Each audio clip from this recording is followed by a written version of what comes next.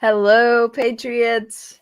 Good afternoon. How is everybody doing? I know I am late today. I'm so sorry. I had to do the grown-up responsible thing and take my school books back to school today. So I'm running behind, but I am here and I have news for you. So better late than never, right? Good afternoon, everyone. Please, please, please share this video. I would love to get as many viewers on here as possible. And then hit the like, hit the heart button, break the algorithms. Let's get some people tuned into this. If you are watching us on YouTube, make sure you like, subscribe, and hit the notification bell. That would be fabulous.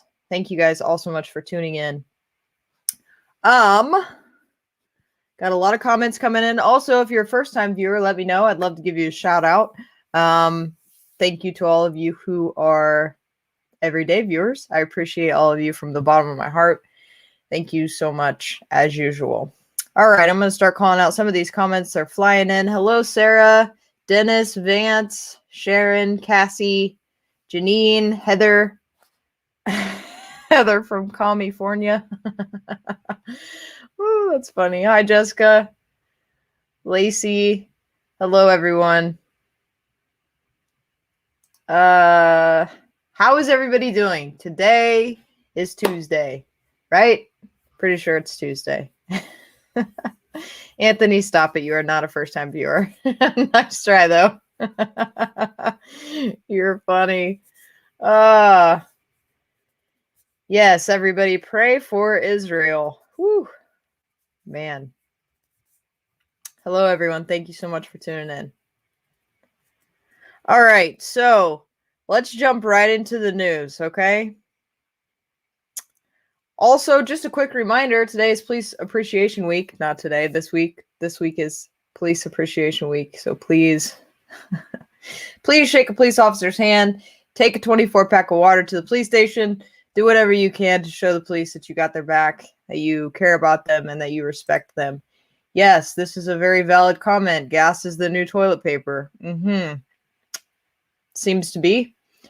I was talking about Blake. I was talking to Blake about that this morning. I said in America, we get an upper respiratory infection and everybody buys all the toilet paper. It doesn't make any sense, but whatever. All right, so here's what we know. Last week, parents in Beaverton, Oregon received a district email announcing that a local organization, the Beaverton Black Parent Union, along with the Black Student Union, would be offering a district-wide Black student graduation ceremony for only Black students. So that's where we're going, guys. We're going, I guess we're going right back to segregation. An ally of the Biden White House admitted in a leftist magazine that Democrat President Joe Biden has been the most far-left U.S. president in history, and that he gets away with it because the public views him as being a moderate. Well, that must be the left that views him as being a moderate, because I certainly don't view him as being a moderate, and neither do any of you that are watching this show, if I had to guess. What do I know? The Biden administration took action yesterday to require hospitals to perform sex change procedures and offer other transgender medical services or face anti-discrimination lawsuits, restoring an Obama era policy that had been ended by President Donald Trump. So, yeah, Joe Biden brings all the good news, guys, right? Right. Also, as a recall election to determine his fate seems inevitable, California Democratic Governor Gavin Newsom on Monday unveiled what his office described as the largest state tax rebate in American history. The proposal is to deliver over $8 billion in new cash payments to millions of Californians in part of a $100 billion economic stimulus plan, made possible in part by a budget that has swelled with a significant windfall of tax revenues, a surplus the governor put at $75.7 billion. So, if you live in California, I don't know why you have a job, because they're about ready to give you some more money. It's fine. Taxpayer dollars. No big deal. It's fine. All right, let's see what else I have. I do have a video I want to show you guys, but let me pull up some of these other things. A Washington State school district is circling the wagons amid complaints over a teacher who read a transgender affirming children's book to her first grade students recently. Yep, that's where it's at. Doesn't surprise me in the slightest, not even a little bit. Let's see. Yeah, I'm not even going to go there with that one. The Biden administration cheered last week that a massive drop in the number of child migrants being held by the United States Customs and Border Protection on the U.S.-Mexico border. On Tuesday, though, a new report indicated that while those children are no longer in Border Patrol custody, they remain in United States custody, and they number in the thousands. Hashtag border crisis, because it is real. Whether Jen Psaki, Seiki, Circle Back Girl says so, it is still real. Democrats believe Joe Biden's agenda is dangling by a thread over concerns that any one of several elderly Democrat senators could die in office and temporarily hand the chamber over to the GOP. Can we just go ahead and put term limits in place? Please. Please. Say yes to term limits. These people should not live their entire life into their 150 years of age in office. I'm sorry, but yeah. Americans in multiple states are arriving at their local gas stations expecting to be able to fill up their gas tanks, only to discover that the gas stations are out of fuel. Gas stations along the southeast coast are beginning to feel the pinch from the shutdown of the biggest oil pipeline in the U.S. due to crippling cyber attack believed to be orchestrated by a Russia-based criminal group. 1 second, guys.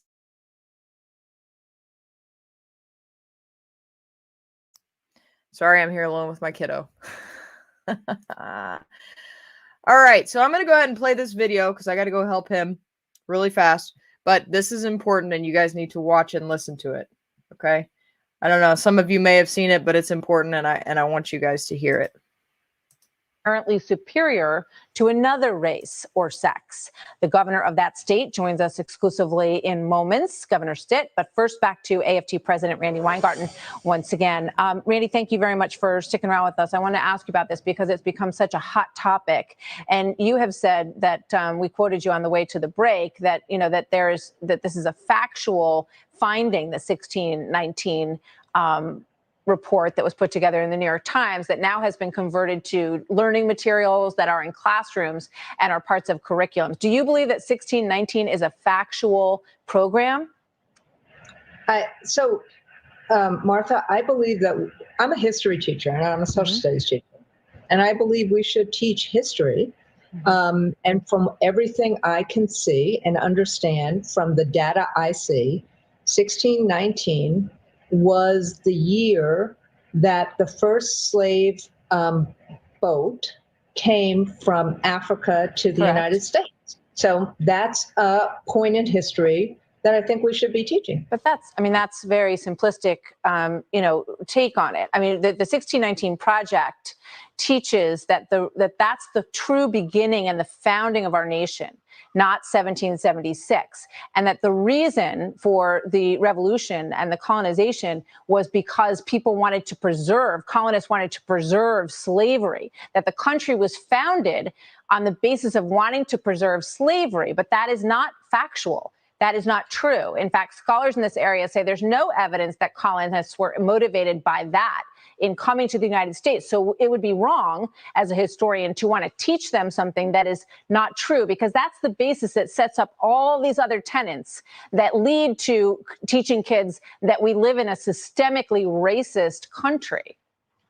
So I would actually say that I've had several conversations with Nicole Hannah-Jones, and I have not arrived at the same conclusion from her work as you have. But let's put it this way. Well, that's not my conclusion. That's directly from their work. But go ahead. I would hope that Fox would be just as focused on let's get rid of the misinformation about what happened in this election. This election was free. Come on, Randy, come on. This is not the topic that we're here to talk about. I'm not going to talk about that. We've talked about that before, but that's a dodge, okay? Because children in this country, we rank 36th in math. Okay, that's about midway of all the developed nations in this country. So I am asking you, and you say you're a social studies teacher, do you favor teaching students that 1619 is more important than 1776? Do you favor that? I favor us teaching about 1776, which I have often done. Mm-hmm. I favor us teaching about 1619. I also favor us teaching about the Holocaust and the genocide in terms of the Absolutely. Holocaust. I learned about all those things in school that you just mentioned. But the problem, do you think that it's wrong to suggest to children that if they're white, they belong to an oppressor class? If they're black, they belong to a victim class? Do you have any problem with that? I think we should be lifting up all ethnicities. I don't think we should say that one is an oppressor class and one is a non-oppressor class. I am a big believer in celebrating diversity, in actually looking at and helping look at people's lived experience. But if you're really talking about misinformation now, Martha, and I hope you are, I really would hope that Fox would really look at what happened in this election and how we can, because every social studies teacher is wrestling with this, discern fact from fiction. We have to do that as social studies teachers. We have a President Biden was elected in 2020. I think that all of that is quite clear. So I'm not sure why you are so concerned with that part, with that particular moment in history. Every election is significant. Nobody is hiding anything under any rocks here. But I do want to, the fact that you have two people who just made it onto the school board in Texas, right? They won by 40 points because they said, you know what, this stuff, parents, you better become aware of it. Because if you think that it's just, the first ship came with slaves on it in 1619, you better dig in a little bit deeper, because there's more to it than that. And then you watch Tim Scott, right, who stood up in front of the country and said, America is not a racist nation.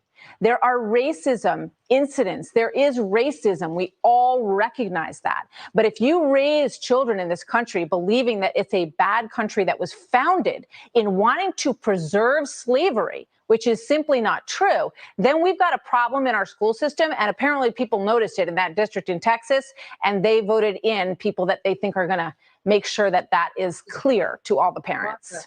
Martha, I know you love having me on to tell me all these things. I like discussing it with you. I think it's, I respect you, and I like discussing this with you because it's important. I love America. My grandparents came from the Ukraine. My grandfather was persecuted, almost killed on his way to the United States. I love America. And I am so grateful that I live in a nation that can actually see how to make itself better.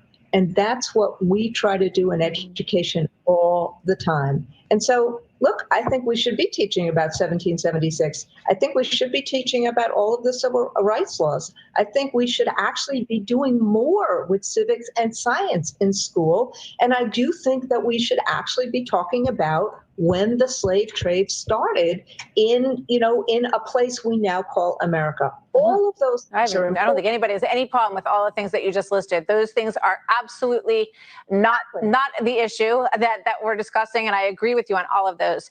And I want to thank you, because I think it's a good debate. It's a good discussion. And as you know, I come from a long line of very proud teachers, and I'm very proud of the teachers in my family. I think some of them would be a little disturbed by some of what they see happening. So that's why I think it's so important that we all get it out in the open and we discuss it. But I'm really heartened to hear that you think we're going to be at 100%. You think we'll be at 100% back in class in September, Randy? I hope so. Yeah, I hope so. All right. I love America. I love America.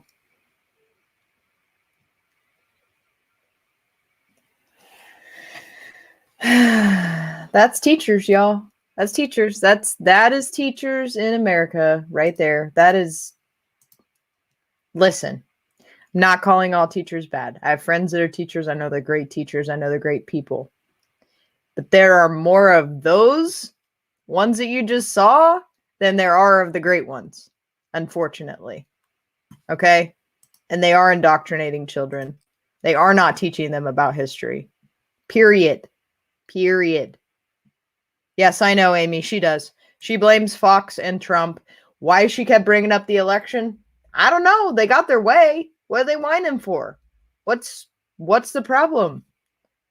Joe's in there. He's stumbling over his words, falling up the stairs, letting his dog bite people. Like, what's the problem? I don't understand.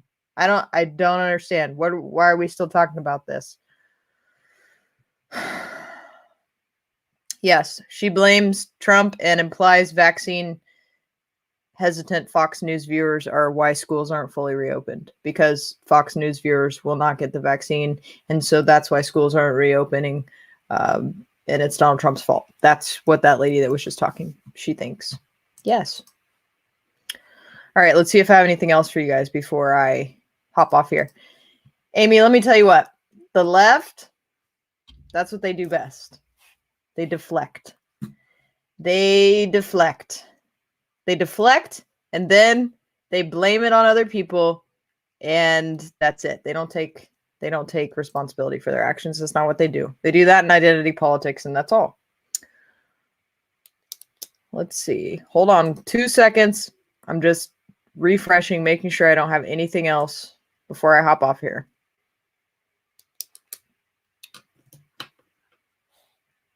I'm about ready to sneeze. Don't do it.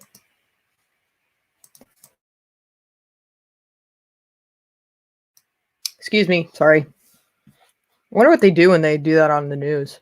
Like, they're going to sneeze. They just... I'm sorry. Anyways, that is what I have for news today. I know I just want to throw this out there. If you guys do not follow us on Telegram, please do that. Please follow us on Telegram. Blake is constantly posting stuff on Telegram. Just as soon as things come out, he posts it right away. So thank you. Gosh, I'm blessed. Wow. Thank you. Thank you. Thank you so much.